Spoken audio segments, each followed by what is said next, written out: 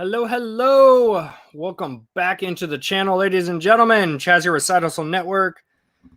Make sure our microphone, all that good stuff is set up. Trista is finishing up real quick at the warehouse, and then she's going to be hopping in here. How's everyone doing tonight?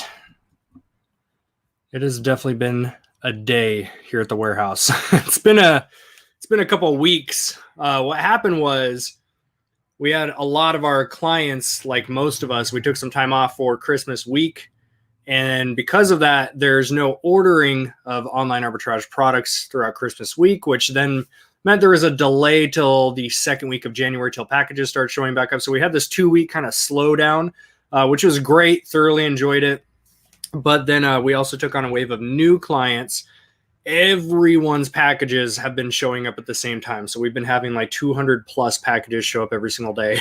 And Trista was out of state down in Texas for a week, and I had both kids on top of that. So it's been a week and a half of craziness. But as of today, today's the first day we're caught up on all shipping for clients. We're caught up almost on our own shipping for our own products on our own account.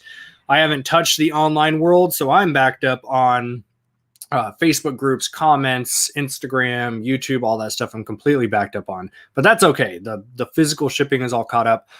So we're going to get on here and talk about some recent conversations that we've had with different people. One of them in particular popped into my head, and it was about not being motivated. And this is a very, very common thing that happens for nearly every single person, not just in a business standpoint or as a reseller, but just in general. It's easy to hit these low points of not feeling motivated. So we're going to talk about bringing clarity to what goals you are chasing, because I found in our own business and our own life, the times that I'm lacking the most motivation are the times that I'm not really crystal clear on where I want to even go, what type of results that I want to produce.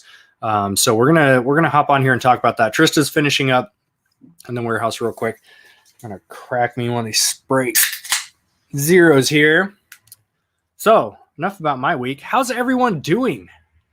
I was on here last, right? That was a week ago. Man, it feels like forever. I was on a week ago doing a live show, but we haven't done an episode since then.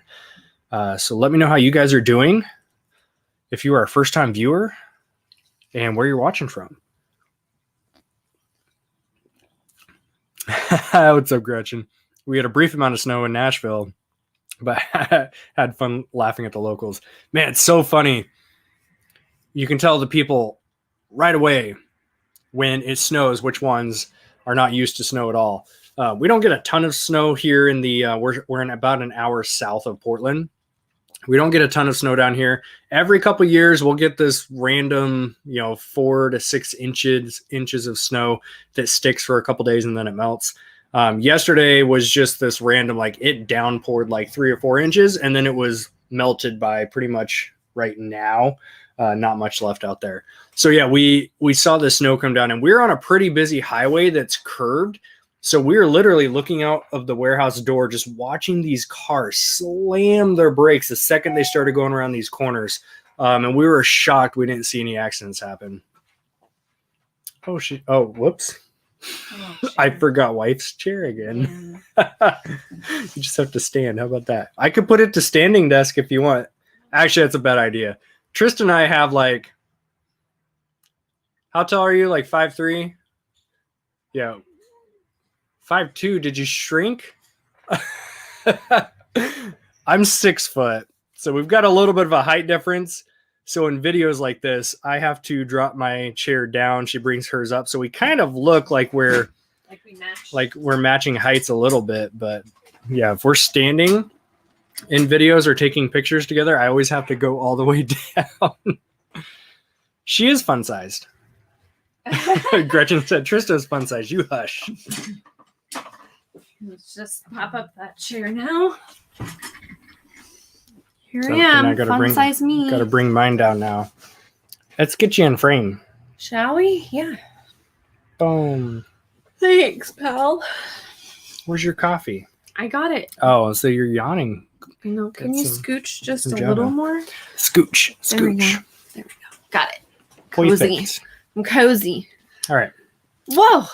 Look at all those people in there. We're here. How about that? So yeah, we're gonna talk. Did I even tell you what we're talking about? I was just hey, show up at 5:30. I read it on the Instagram. Basically stemming from multiple conversations that we have with people where they're like, I'm not motivated. Yeah. So usually it's tied down to like having clarity on what you want to even be motivated for, especially in reselling. People tend to just throw out these arbitrary numbers like, oh my gosh, I want to sell $50,000 this year. Yeah. Cool. You're not going to stay motivated about that for more than like a week. You've got to have some other things in between now and then to chase down. Yeah, you're just diving right in, just getting there, just pretty much getting in there. So with that being said, I'm curious how many of you have gone through these. We definitely have. That's why I asked. But like these flows of not being motivated, not feeling like doing much, and then motivated. Like, what do you guys feel are the key things that either get you out of that rut or help you avoid going into the rut at all?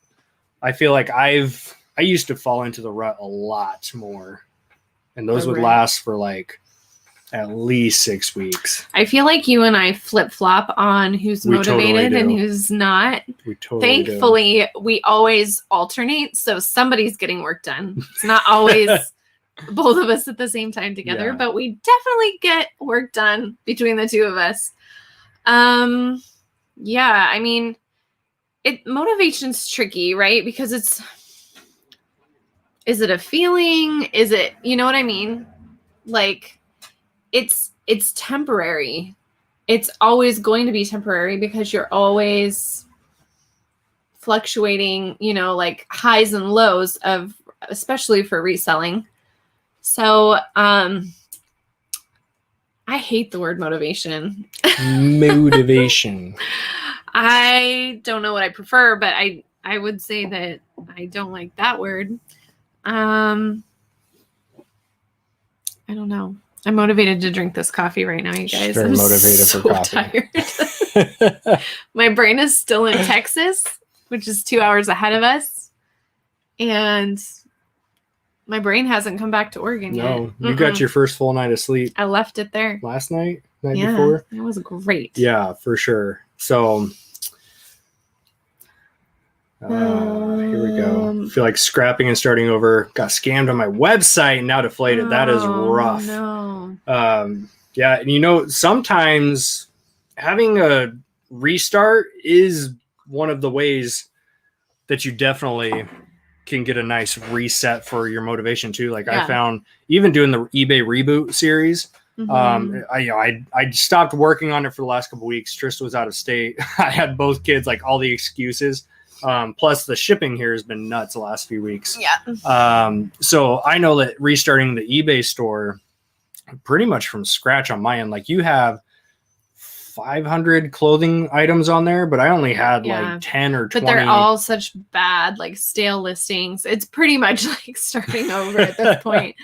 It's pretty bad. Yeah. So that's definitely felt good to kind of restart from scratch. The nice part from starting from scratch again on something is you've already been through it one time at least. So you know what to do, what not to do. So it's easier to kind of build up the momentum and go from there. I think for me too, following some type of schedule or checklist, and I talk about this all the time because it works. I hate following checklists and schedules and doing all that, but it works for me. I can't rely on my motivation because out of 7 days, I might be actually motivated and excited about something like 3 days. The other 4 are kind of just, neutral energy, maybe low energy, not really feeling like showing up and doing much. But it's the checklist that keeps my butt in check because I know if I get those boxes marked off on my checklist, by the end of the week, I will have made progress in one way, shape, or form. And then if you do that for 2 weeks in a row, 4 weeks in a row, 6 weeks, 8 weeks, and then that builds up, that's where you're starting to see progress in the larger scale. Yeah. And that's how you end up at the end of the year reflecting back going, holy crap. For us in 2019, we did 91K on Amazon, and I didn't really have a goal for 2020. it was just kind of like, I knew 2020 was like, let's just survive. I don't even know how to describe 2020. We had like so many just terrible things happen. It was just survive. Like we had no goals, no ambition beyond let's just make sure we can pay our bills this month. And get through the year. It was the worst year. So yeah, I mean, this year has been great because we've already started with such strong goals and we're meeting them. And but real quick, I had a point. Oh, sorry. I'm so ADD today. Real quick. My ADD is out of control today. I'm gonna have to keep you on track for the first time ever. Usually it's me that my brain's going like, I know. So I was saying we did 91K in 2019, and that was a decrease from the year before. I think we did 97 the year before. We always hovered about 100, which isn't horrible, but for us, like, we should be doing better, and I always knew that. So in 2019, I set this big lofty goal to hit this like 250K mark, and that's all I ever did. Was I just thought 250 would be fun. It would have been cool. It would have built some credibility for us. I never made an action plan or broke that down through the year. So that's why at the end of 2019, I looked at inventory. I'm like, we only did 91. 2020, although we didn't set any actual like major goals to hit, what I did do right was I started following weekly checklists. Like before the week ends, I have to do these things. One of them was I have to get an FBA shipment out for ourselves. 2019, I would go 3, 4, 5 weeks with no shipping. Because we were just focusing on, we bounced back and forth between like eBay. I was doing a lot more YouTube stuff back in 2019. So all these excuses in the world. So I wasn't doing a lot of FBA shipments. 2020, I was making sure I did at least one a week. Then I started doing merchant fulfilled as well. So I actually set these mini targets weekly rather than focusing on this big lofty, sales number or whatever. So when I started doing that, we ended the year 2020 looking back, and we did 207 or 208K, which, again, not any crazy number by any means. Some people do that in a week, which is nuts. But it was such a significant boost for us because I followed a weekly or even daily checklist of stuff to do, whether or not I felt like it. And that was the difference between me relying on my motivation versus actually making progress on something. And I learned that more so now after completing 75 hard challenge, which I've mentioned a couple times on here. So that was 2 workouts a day. One of them had to be outside, rain, snow, didn't matter.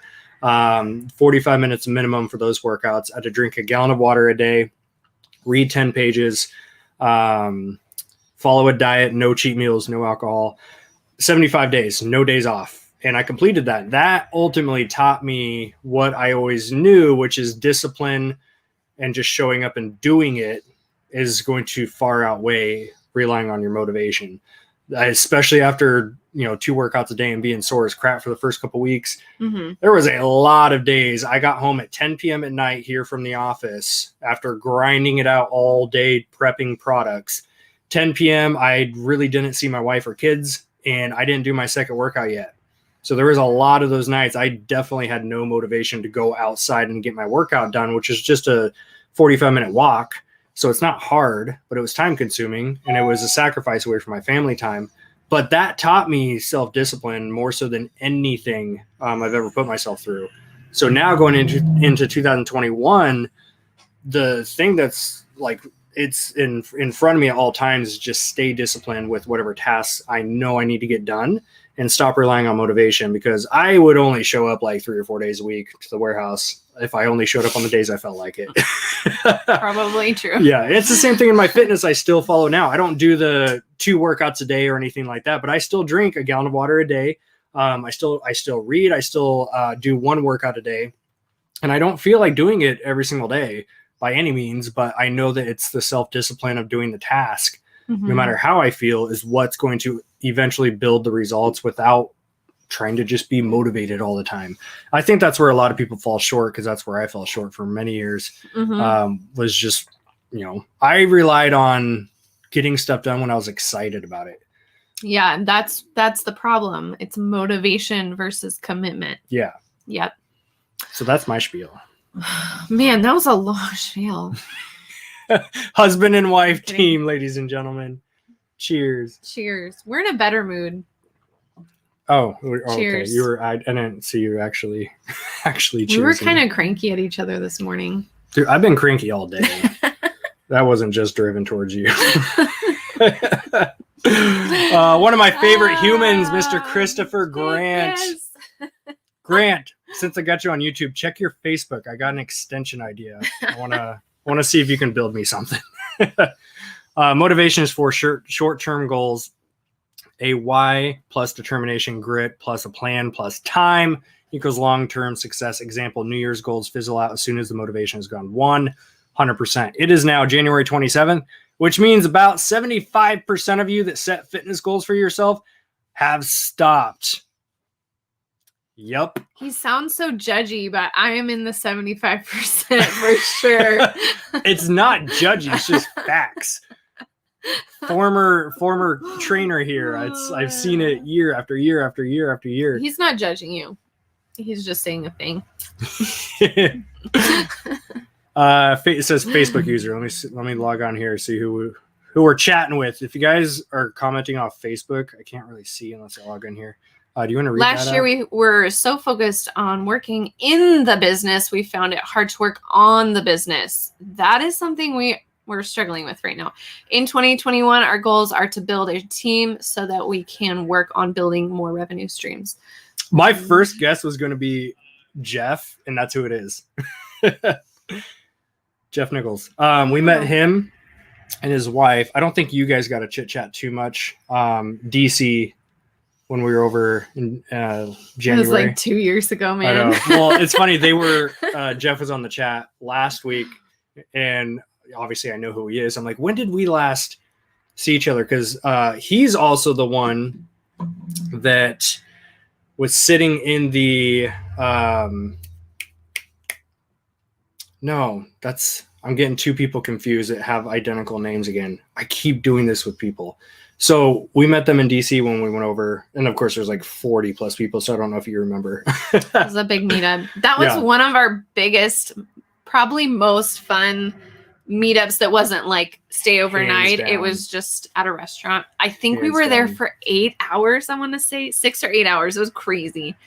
But yeah, so this is a new concept for me because I'm a control freak and I like to work in the business and make sure everything gets done correctly and the way I would want it to get done. And so that is maybe that's why my brain is so tired, because I'm trying to really pull away from working in the business, which means just taking out the mechanical, technical work, right? So putting things in poly bags, putting items into boxes, labeling boxes, and more on the business, getting new clients, getting better rates on boxes, which we still need to do. I'm starting to do our accounting for 2020, and I had to start looking up how much we spent on Lowe's boxes for the whole year. My heart. I gotta hit up some local suppliers. Thanks for the reminder on that. Yeah. So one book that I would tell you, Jeff, to read is E-Myth by I don't know who. You were so hesitant to read that when I told you to. No, I'm in the middle of it right now. It's really good.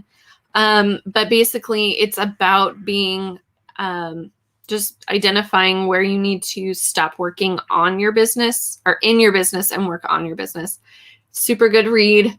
If you're like me and you're a control freak with a little bit of ADD, it's going to be tough to swallow. I'm sorry. I'm here for you. We'll chat.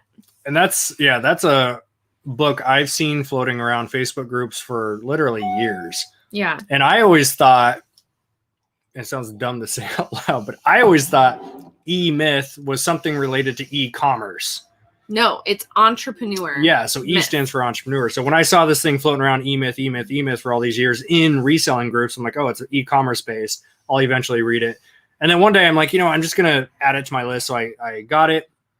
I added it to my Amazon list because I have an Amazon list I have in my notepad of all the books I want to get. Mm-hmm. Added it to my list, still never got it. And then it was Trista's mom was she had a client that owned a winery that sold the winery for God knows how many money. How much money? We're so tired. It's the end of the day here. How many monies? How many monies was that? And so your mom gave me the book, and I'm like, okay, this can't be coincidence that. Yeah. And she's not in the entrepreneur world. Like, she has no idea what that My book mom is. isn't, yeah. So I'm like, I put 2 and 2 together. I'm like, I should probably read this if this just happened. It was literally handed to me. Yeah. Right. So I sat down and read that thing in a matter of days. I was just like absorbed in it. And that clearly defined, and this really ties in with, the whole being motivated, goal setting here in your business type thing. This really does tie into it. But that clearly defined my role in our business. Because in that book, you'll learn the difference between being an entrepreneur, being the technician, and being a manager. Those are like the 3 designated roles. And of course, in the beginning, you have to play all 3 of them, right? It's just you typically hustling out of your garage or bedroom or something like that. And in the reselling sense, so you have to play those roles in the beginning, but in order to grow and scale and get more efficient, you have to figure out which role is you, like the true you, and outsource the rest, bring people onto your core team. And that's where it started being clear to me that I shouldn't be wasting my time prepping products on a table, because that's a technician's role, the day-to-day.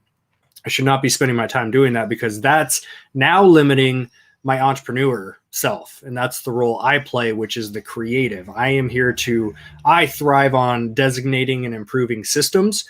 I thrive on creating, obviously, with the YouTube channel and everything like that. Like, I took that away from myself and became a manager and a technician in our business all of 2020. Yeah. That's why I didn't produce any YouTube content. Which you have to do. Yeah, you can't just start being, the creative and not have any kind of structure to it, because obviously no one will get the work done. Yeah. So it's a combination so it has of to be a healthy balance of both at the beginning, but then later as you move on, and it sounds like you guys are already like clearly recognizing that it's time to work on my business, not in my business. And that's when you start to move forward with those kinds of roles. But in the beginning, yes, it's like you're kind of doing all of it. You're a one-man show or one-woman show. And then as things move forward and you can afford to outsource stuff, then totally do. Yeah. So I bring that up just to push anyone who's heard about the book and hasn't read it. Do it, please. It is a good book. And when you read it, it's a really easy read too. Yeah. And super easy. Trista brought this up, that you were trying to speed read through it at some point. You're like, this isn't a book to speed read through, because it's not one of these books where you're reading some motivational phrases and you're like, oh my gosh, that's so good. I'm all pumped up now. I'm going to go work on my business. Like, that's not that type of book. It's the type of book that makes you really stop after you read a paragraph or a certain phrase. You stop and you think about all the shit you've been doing wrong. And you're like, wow, I've been doing it wrong the whole time. I should be doing this. And then you think about it. But not in a condemning way. It's no, not at all. You just, like I was telling Charles, because I went to Texas by myself. And so I had some time by myself on an airplane with no one asking me for snacks, or that I have to go to the bathroom. Can't play the Xbox. Can't play the Xbox. Yeah, can't play the Xbox. That's not me, by the way. It's my 6-year-old. My Xbox time is after he goes to bed. Yeah. But so I had this time by myself. I told Charles, I'm just gonna get this book read, because he's speaking a different language than I am, and we need to just be on the same page about some stuff. It makes you think different after you read that thing. It really does. So I was trying to like power through this book, and you really can't, because I was ending up taking a ton of notes on things that he and I needed to like powwow about later. And it's just like, no, this is not a speed read. This is chunk it, bite off a piece, chew on it for a little while. And if you're like me, I'm a control freak. So wait, what was that? So it's meme alert. Really, can someone really please hard. make a meme? But since you're halfway. So since you've been reading it, what was your key takeaway so far? I'm just gonna put you on the spot. How about that? Mostly that, and I pretty much knew this from the beginning, you're the entrepreneur, I'm the manager. I never would have guessed never that. would have guessed that. The manager doesn't like change. Is resistant to change. I'm going to do a video on like our new table setup and to be more efficient. I had to wait for her to go to Texas. Town. So she physically could not stop me. And I had the team, like you flew out on a Tuesday. Wednesday morning, I came in here, sat the team down, like, listen, she's gone for the week. Here's what's happening. We restructured our entire table layout, moved everything that would have been like, you would have been itching with anxiety that day. Lost my. So when she came back in the office, I'm like, don't say no right away. Just absorb it for a couple days. Feel the workflow. And then you even told me today, reluctantly, that you like it. I didn't say reluctantly. I said that it was working very well. There was a hesitation. But anyways, yeah. You think you're an entrepreneur and maybe you're not, and that's okay. Yeah, and that's a really good point. There's no one is better than the other. Yeah. You need all three to make a business, a company run smoothly. Right. So yeah, if you're a wannabe entrepreneur, but you're actually like a really good manager, like that's your strength, there's nothing wrong with that. Gary Vee said something similar too, where he said, trying to remember, it's been years since I heard this phrase. It's for some people, it would be better to be number 7 in Facebook than to be number 1 of their own company. Because a lot of these people nowadays are trying to force this, like, I'm an entrepreneur. Yeah. And it's like, you may not be though. And it's okay. Yeah. There's nothing right or wrong with it. Yeah. That's a shoving a round peg through a square hole, right? Like it's just not who you are. And that doesn't mean that you can't own a company, but you're not going to have these maybe creative or, risk-taking traits that this one would have, and that's just me. I think. Anyway, read the book. It's a really good book. I think me and Jeff would get along just fine if you put us in a warehouse together. He did the same thing. And Maria is still getting used to it. Thank you, Maria. Call me up, girl. We'll chat. I should fly over there, hang out with Jeff in the warehouse for a week. That'd be fun. We were talking about battery packs this morning. He hooked me up with, sent me a link over to one battery pack he's looking at for the mobile station. Yeah. It's cheaper per watt. I was just going to tell you, we've got to get one more. Done. We have to get I might get the one that Jeff recommended. I'll show you. So we use like these huge battery packs on our mobile shipping stations so we can print labels right there. And we don't have no extension cords tripping anyone up or having to roll over them. But they only they last for like 7 to 8 hours, which is fine. That's like, I'd say 7. Sometimes we end up at the end of the day plugging into an extension cord, which is kind of a bummer. But you can tell who's working fast. Yeah. Because they're just like printing labels and going to town, and then the battery runs down quicker. Yeah. So if someone's battery lasts till like 5:30, I'm like, how'd your battery last so long? I don't actually do that. Oh, sweet. Jeff ordered it. Okay. Yeah. Keep me posted. Yeah. So the one we got works about between 7 and 8 hours, but we do have a lot plugged in. We've got the laptop, we've got a second monitor, we've got a Dymo and a Rollo, and sometimes computer charger. The computer charger. So there's a lot going on there. So maybe if we unplugged like the Rollo when we're not using it, it would maybe last a little longer, but it's kind of a pain. So I don't know. We just let it go. We'll see. Or just get a bigger battery. So Raging Skittles. That's a funny. That's great such name. a great YouTube name. I feel like I want to name a cat Raging Skittles. Just visualize like a tiny cute kitten. Raging Skittles. Come here. Raging Skittles.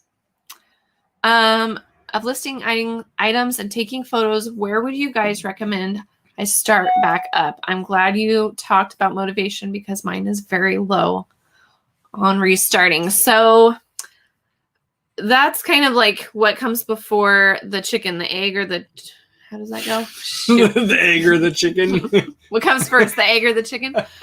But you need photos to list. So I would say, get photos going. But then I would say we were kind of talking about outsourcing and what can you afford to outsource. I always just tell people outsource what you hate doing the most, because it's the thing that you procrastinate the most and it doesn't get done. So for me, as soon as I could afford it, I had someone coming in once to twice a week to do photos for me because I hated it. And real quick, because this was a really tough one for both of us to eventually understand. If you've never hired someone before, you're going to feel like you are losing out on that money that you pay them. Oh, yeah. But by paying them, wrap your head around this, by paying them, it allows you to make more money. Yeah. Because while they're doing the stuff like photos and listing the stuff that you maybe don't enjoy, you should be spending your time, sourcing is number one, listing and shipping. That's like your wheelhouse. Put them on photos. That's what Trista did with Jamie in the beginning, is just Jamie did photos and then you took care of the sourcing and listing. Yeah. But in the beginning, it felt like, okay, if we're going to pay, let's just, after all the hours, let's say $100 for a week's work.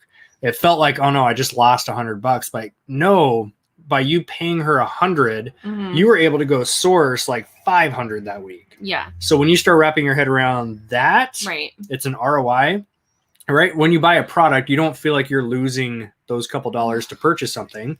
You're looking at the ROI you'll get back. It's the same thing when you start dealing with employees, 1099 contractors, however technical you want to get with it. But when you hire people to help you, you look at that person as an ROI to your business. That was a tough one. Yeah. Especially once we got to the point of paying people, $200 for a week's work, $300, $400. Yeah. Now we have people making near a full-time income, which it's weird for us to send those checks over, because we were just talking about this today. When we had jobs as minimum wage, it was like $6 an hour. Right. Working at Quiznos. But then also on the other hand, when you get to the point that you're working your ass off so much that you don't have time for anything else beyond your work, that person starts to look, that extra person helping out starts to look a lot better, and it's a lot easier to give them more hours when it's like, I don't have a life outside of this. So you have to think of it that way. It's not even necessarily that you're getting the work done, but you're also getting your life back a little bit. And that's where I think we're at this point. Ryan told me today, he's one of our leads in the prep center, and he's like, so we need to hire another person. I'm like, yeah, I'm already on it. I know. One step ahead. But before, even a year ago, I would have been like, let's just see how the month goes, and and both of you are like, let's hire someone. I'm like, let's hire her too. I want to be home by 5 again. That was nice. Yeah. We need to do an update, like whole episode just dedicated on like hiring people. I know. So I feel like that's obviously we went from, Jamie's been with us the longest. She's been with us for 3 years. This will be the 4th year. This July will be the 4th year. I know. And she was always, 1 day a week or 2 days a week for eBay photos. Yeah. Then Ryan came on board to help me with electronics, and you guys saw him in some of the old vlogs from the old warehouse. He was 1-2 days a week for a few hours. And then the prep center went boom, and now we have 6 people on board. So we've learned a thing or two about managing people. Yeah. Hi, Scott. What's up, Scott? So for those with eBay death piles, what advice do you have? You ready for it?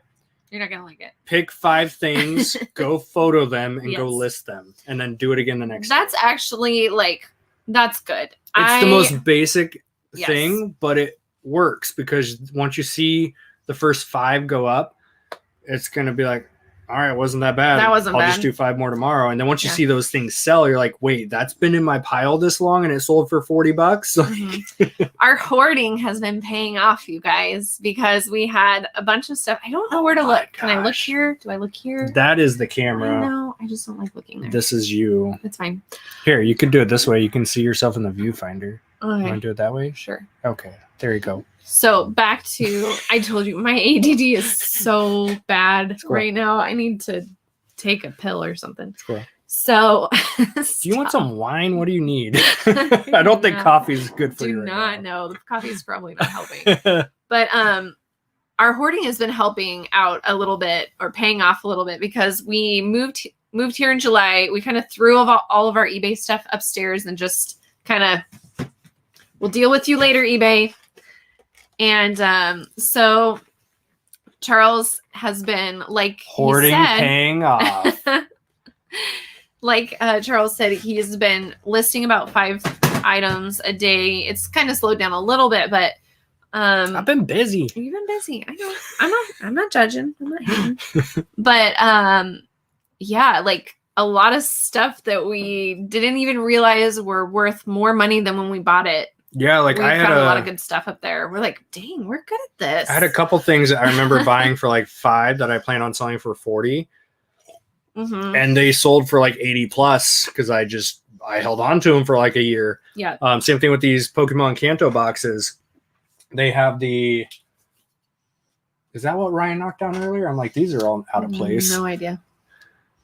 Evolution packs. Obviously there's a second boom happening in the Pokemon world right now. Yeah. And my evolution packs, these are all packs I planned on opening myself for just my own personal collection that I'll enjoy for several years and then eventually sell it off. So I bought these Kanto boxes, 6 of them for $70 each, which was a lot of money. It's $420 up front to buy those 6 boxes. Mm-hmm. And because I've just not had time or made time to open them, they're now worth like they're sold comps. Yesterday was in the 140, 150 range. This morning they were selling for like 160. I haven't checked all day. So now they're selling for way more. It's over double money now. And so I'm going to keep 2 of them, one of each. I got 2 different variations. One of each I'm keeping long term. I'm starting to just collect sealed stuff and just it's going to go away for a while. Yeah. I'm just going to hold on to it for years. But then the other 4, I'm like, I'm going to cash those guys out.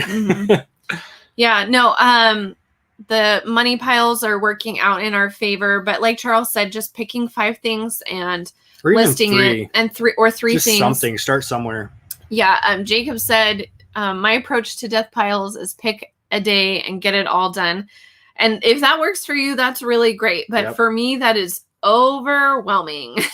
It makes me want to cry. So I actually tried to do that a couple of weeks ago. I've been buying stuff over the last year when I go to thrift stores and stuff, but I have taken all of my attention off of eBay and Poshmark. And so when I'd find good things in the thrift store, I knew that I could flip for a good amount of money, $30 or more. I would grab it and throw it in my photo box and just like, it's over there and we'll just look at it one day. I have to look at it when I work out. He has to look at it when he works out. So thousands of dollars worth of stuff just chilling there. So I took one day and I went through all of it and sorted the piles and got it kind of in some kind of order. And I haven't been back out because it was overwhelming. Which I just remembered. That's episode 3 of the eBay reboot. So we're just waiting on me. Waiting on you to finish the episode. Sorry, guys. So, yeah, I mean, whatever works for you, but I would definitely say if you cannot, for the life of you, figure out how to get into your photo box or how to just start, where to start, or, you know, what do I even do? Like, just start with 3 or 5 items, like Charles said. Don't even worry about your workspace. Just take the photos and get out of there. Yeah. And then you can list them on the couch and just like let that momentum build, like Charles was saying, and it'll be easier. And that's the thing too, is everyone waits until they feel motivated to start something, when in reality you have to start something, see some momentum and results happen, and that's what builds the motivation. People have it backwards. It's, you know, the same thing I've seen in my own fitness journey and for the hundreds of fitness clients I worked with too. People waited to feel motivated to start working out. It's like, no, that's not how it works. You have to start working out. You start to like, oh, I feel a little better today. My back doesn't ache as much. I have more energy. And that's what builds the motivation to keep doing it. Yep. So yeah, if you're in that group of people that's using it a little backwards, you got to start, build momentum, which gets the motivation going. Yep. Not the other way around. Because like I said, I just wouldn't show up like 3 days a week if I waited to feel motivated about it. Right. Okay. 2 things I want to bring up just on this clarity in your business topic before I have to go get the littles. We got little people. Yep. So first off, Charles was saying he has checklists. I have a mobile checklist and a physical checklist, and I love them both. And when I actually use my planner, that is when I get the most done. So my very favorite planner, and I've tried a bunch, is the Passion Planner. I make no money saying this, so it's my favorite. I should try to figure out, do they have an affiliate? I don't think they do affiliates. Code somewhere I can. Probably not. It's Passion Planner. It's my favorite. I'm trying the daily one right now, but I have been buying the weekly for years. And I would like veer off and like try to find something cheaper or just try to mix it up a little bit. I always come back to this planner. So it's great. It has you break down your big goals into very small chunks. You have monthly check-ins. You with the weekly one, I'm finding that you have a little even more like accountability there. So it's great. There's spots to write your whole day out, but then it's also chunking your goals and distributing them if you do the work and fill it out. So, and then the other thing that I use, I didn't even know this was a thing. And somebody in our, one of our VIP groups was like, oh, you should use Google Keep. It's just an app. It is literally like Post-it notes on your phone. And it is my favoriteest thing in the world. I love it so much. So I keep our grocery list on there. I keep my business list on there. I keep contacts in there. I literally keep everything that needs to be jotted down really quick in Google Keep. And because you keep everything in there. I keep everything. So there's my 2 plugs for keeping organized. I feel like you should be a Passion Planner coach. Is that a thing? Should. Business idea? I love their planner. It's the best. You're not even affiliated with it. Get you an affiliate link. I heard them. Passion Planner, sponsor us. Get you a free planner. How about that? We'll do a shout out for a free planner. How about that? Yeah. They're not horrible. They're like 35, 45 with shipping or something. But we're talking to a bunch of thrifters here. Like, I know. none of us want to pay full retail for anything. Let's just be honest. It is super helpful. So anyway, that is my plug. I am going to go get our people. Cool. I'll meet you at home. Thanks. Thanks everybody for hanging out, chilling. Sorry, I'm going to go. Questions. I'm going right now. All right. Part 1. Bye. Close. Please don't fall asleep on the Totally not going to fall asleep. way home. Will you plug all the batteries in, please? I'll plug all the batteries for the entire warehouse craziness we got going on. All right. This is a legit conversation to have here. Is FOMO. Fear of missing out as a reseller. I've struggled with this one, so I can definitely talk about it. Who else struggles with a little bit of FOMO? I I struggled with FOMO this morning, and I gave into it. Usually I don't, but I did. So I hopped on the GameStop bandwagon on Robinhood. So let me give out my general advice for FOMO. And this, I'm assuming, if it means something else, please correct me in the comments. I'm assuming you mean when there's like a hot trending item you can go buy and flip. You have to go hustle retail stores to find it. All that good stuff. You see people flipping one type of product, like when PS5s came out, right? And they were sold out everywhere. And they're like, oh my gosh, I should have gotten on that. I should have bought a few and sold a few, whatever the case may be. If you have a business model that's working for you and it's making you profit every month, you shouldn't be worrying about other people's stuff or the hot trending items of the year and all that. Sure, you can go chase that stuff and make some money. And I'm all about making money. I'm all about flipping. You know, if you want to go hunt down some trending items, I've been there, done that many, many times. But the problem became when it took sacrificing my current business model or models to go chase the FOMO stuff. That's when it became an issue. So what I mean by that is this. for example, with me, if I found that there was a hot trending item I was missing out on, I wanted to go find it, I would take a day away from here at the warehouse and go travel all over the place, Walmart, Target, whatever the case is. And I would go try to hunt these things down. I would come back, maybe find a few of them, make a little bit of profit. But if I would have stayed here in my zone, I could have placed a couple orders with wholesale suppliers or online arbitrage, which are two of my methods right now. And I could have made way more money doing it that way and wasted a lot less time. And that's what it comes down to for me is my time. So if I feel FOMO and I want to go pursue it, but it's going to sacrifice my time, that's where I'm not going to even worry about it. So that's the advice I give, is you have to look at, is your time worth it? And is it sacrificing what you could be doing with your current business model? So like the GameStop thing this morning, obviously by now I think everyone knows that GameStop went boom, $4 a share not too long ago, up over I don't know, that thing got to like 340 or no, this morning I think it got up to like 370 something, maybe even 380. It was just nuts. I had severe FOMO and it wouldn't have taken much time. So I bought in at one point, and this is just part of the game that I chose to play. Within 20 minutes of me buying in, I was down $650. Ouch. But fortunately, that thing, I mean, the swings were stupid on that today. So fortunately, I ended my day trading at $300 profit. So I went from negative 650 to 300 up.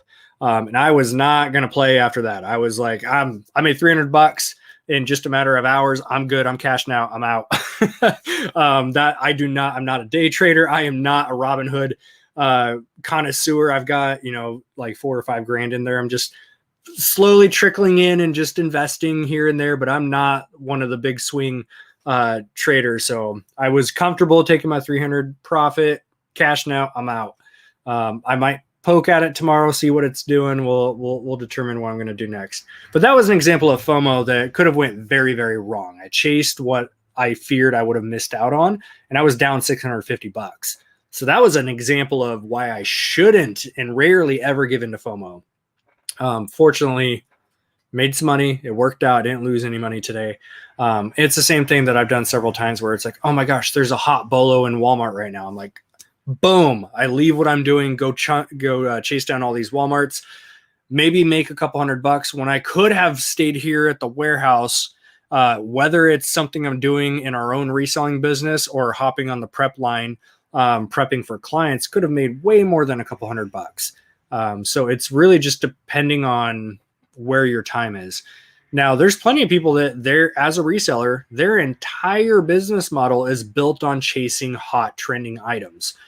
And there's nothing wrong with that. I question the scalability of it, because then you look into hiring a team of shoppers and all this stuff, and it's been done. Don't get me wrong. But I want to have a simple to follow, scalable system in my reselling business. And that's kind of what I've built for myself. So that's my home base. I rarely go off that and go after the FOMO items. So I'm curious, did anyone else play at all in the GameStop nonsense that went on today? I shouldn't call it nonsense. I made $300. I'm good with that. The crazy part to wrap my head around is how many people woke up literally millionaires because they had stocks. Especially GameStop is a pretty common one. So when you give out a referral link, so if I say, hey, if you want to use Robinhood, sign up here, which if you want to, it's in the description below. You can do it if you want. But I would get a free stock. You would get a free stock. And GameStop was a very common like free stock people got. So, I mean, there's people that literally paid pretty much nothing for those GameStop stocks that woke up millionaires. It's insane.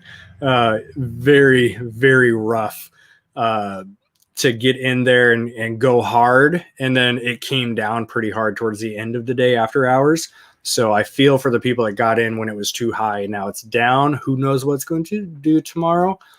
Keep my eye on it. But yeah, I want to get more into the investing side now that we've got a little bit more capital to play with that we've never had before. I want to start diversifying a little bit. We're very heavy on Amazon, and that's the thing I fear. I fear Amazon like everyone else. I definitely know how Amazon works. I know how to find products. I know how to make profit on there, but it's a dangerous platform. I'm going to say unstable is the right word. It's a very unstable platform.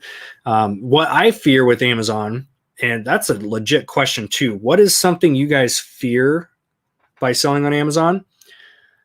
Or if you haven't started selling on Amazon, why not? My fear with Amazon is the instability and fact that all of these suspensions, all your different claims are usually triggered by computer algorithms.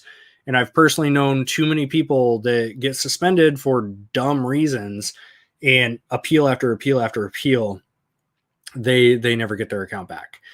They then have to go down the road of creating a second account, buying a dummy account, something like that.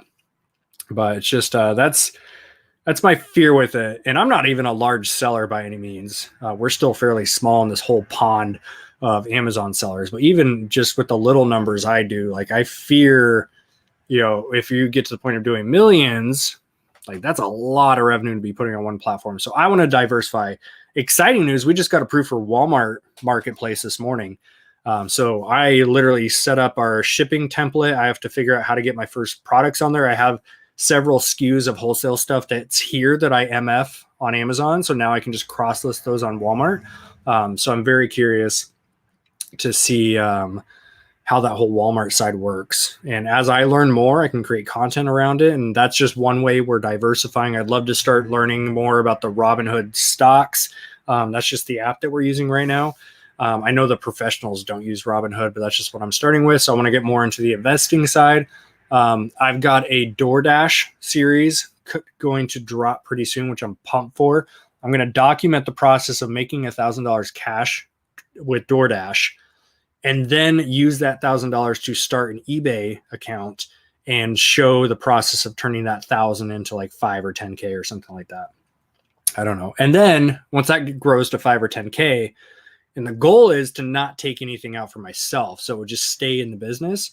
Then from there, take that 5 or 10K from eBay and then start the Amazon side and just document the process on. If I were to start from ground zero with no money, let's just say I have a car and $20 for gas. That's where I'm going to start. And it would be DoorDash, save up $1,000. I mean, I know people that do that in a matter of like 3 or 4 days. I could even up the ante and go for like $2,500 cash saved up from DoorDash and then start the eBay side with that.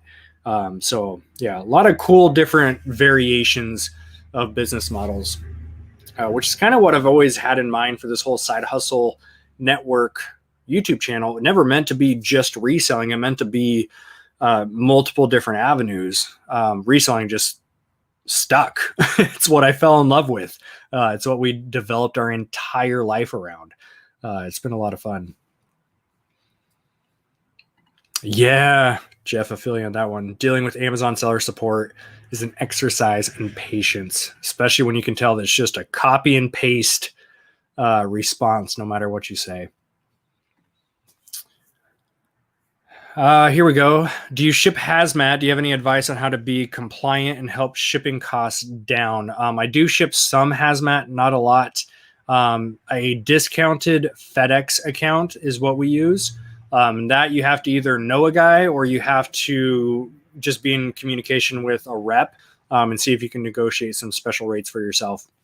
Same thing with UPS. I just personally use FedEx because we get a bigger discount that way. So I don't really have much advice on it. There's definitely a Hazmat program class that I would definitely recommend that you take if you're going to be pursuing the Hazmat side.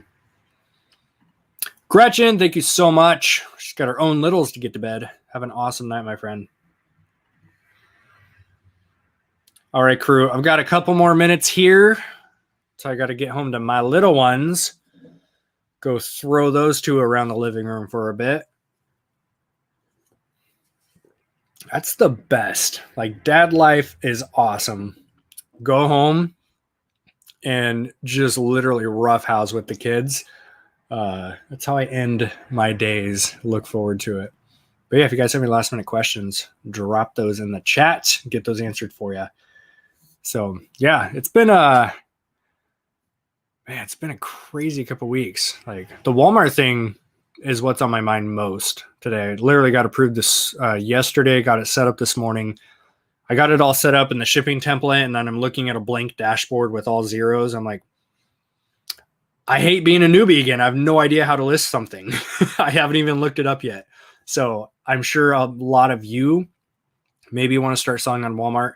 So as I learn more, I can hopefully create some videos around it, show you the basic step-by-step how you do this and this. The stuff I literally have to see if anyone else has videos on it yet. I have to look that up and figure it out as I go, just like the rest of us always do. But I did it with Amazon. When I started Amazon, there were no YouTubers about it, right? We had Rake Profit. We also had Craigslist Hunter Pete. Those were the first two YouTube channels I followed. And like, there was no Amazon tutorials. There was no how-to videos about Amazon stuff. Luckily, there was like one Facebook group that had some information, and kind of just got in there and figured it out. And then after 3 weeks, I kind of got a feel for like how to do an FBA shipment. I got a feel for, figuring out Seller Central and all the different tabs. And that's when I did my first video, which was showing step-by-step how to do your first Amazon FBA shipment. And that's where a lot of people found the channel, is from that video, because I was the first one that made a simple screenshot by screenshot approach to doing that shipment. It's a huge learning curve. What's up, Chris? How you doing, man? I'm starting right now. Quite a learning curve. Yeah. I'm assuming, yeah, obviously for the Walmart side. I know you've been on the Amazon side for a while. Yeah, everything's a learning curve. Like, even DoorDash. I downloaded DoorDash. I got my little packet in the mail that they send out. And it's the same thing with DoorDash. It's a very simple setup. Not a lot of questions. It's pretty straightforward, but there's still logistics in my head. I'm like, what happens if I show up in this and this and this and this? And I run logistics through my head. So it's just kind of figure it out as I go scenario. So learning curves, we all have them. We all go through them.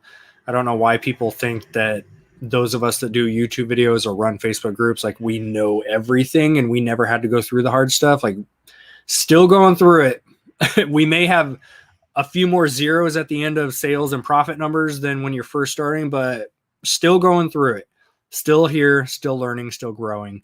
And the second that you think you know it all, like, it's game over after that. One thing I always want to be here is just completely humble, always be a student. And that's what we're here to do. Like, I don't care how many zeros we build upon. We want to keep adding zeros every single year to what we're doing. But at the end of the day, I just want to keep learning more. I want to learn not just the basics. I want to master the different skills that it takes to scale things. And that's kind of what we're focusing on this year. So aside from that, thank you guys so much for hanging out with me this evening, and Trista as well. I know we kind of went on a couple different rabbit trails, but ultimately this was just about, you've got to have some clarity in what you're doing. You really do, because if you don't have clarity, you're not going to make it to whatever goal you think you want to get to. I hear way too often, I used to do it myself, where it's like, oh, I want to be a 6-figure seller. Great. It's not a super clear goal though. Like, yeah, it's a goal for the end of the year, but to bring clarity, what are you doing every quarter, every month, every week, every day to get there? Because if you went all last week and you didn't sell at least $2,000, you're not on track to do 100K. Like, you've got to break that math down. If we're talking about reselling numbers, you've got to break the math down into weekly. What weekly targets do you have to hit in order to make that happen? It's like, I had a client one time, and I did everything I could, tried so hard to help this guy out. And he wanted to lose 100 pounds in a year. Like, fantastic. Let's crush it. And so I would break it down. That's about 2 pounds a week. All right. Not bad. But after 3, 4, 5 weeks, there's no weight loss happening. And I had to remind him, like, we're not on track to help you get that goal.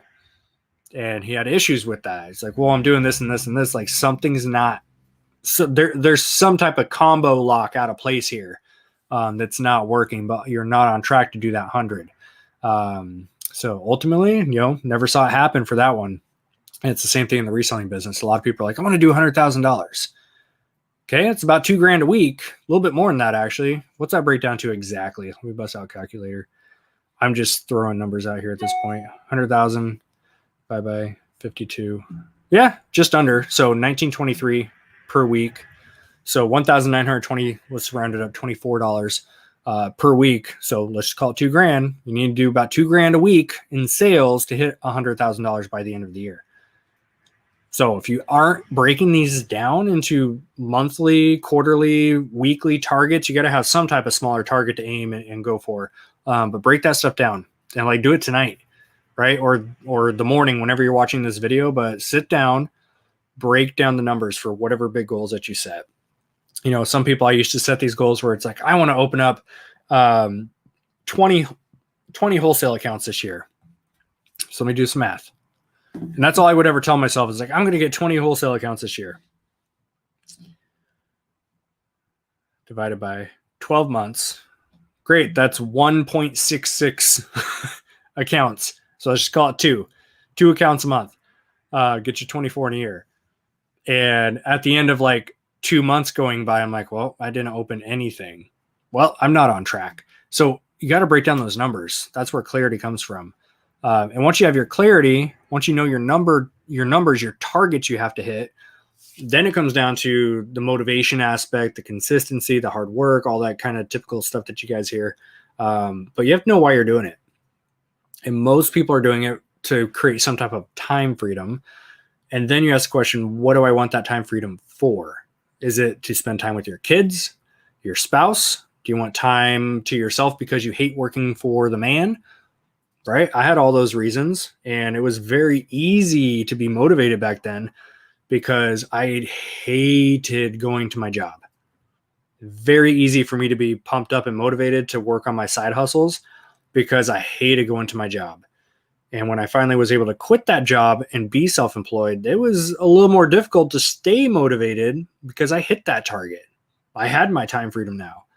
So then we had to figure out, okay, how do I get back into that mindset of being motivated again and chasing that next target down? So always having that target right in front of you definitely helps out a ton. I think the most complacent place you can be is all the time and money in the world, because then you have nothing to chase. Those are the two things that people want. Most people chase either time or money. And most of the time you have to chase the money to create the time, because you need money to pay your bills, to reinvest in your business. And that means that you can quit your job. You don't need your job's income because your business will pay you what you need. So it usually begins by chasing the money, which is fine because you need that money to basically buy your time freedom and go from there. But once you wrap your head around those types of methodologies and reasonings on why you're chasing things, a little bit easier to stay on track. So hopefully got something out of this for the evening. Thank you guys so much for tuning in. Peace out. We'll see you guys next week.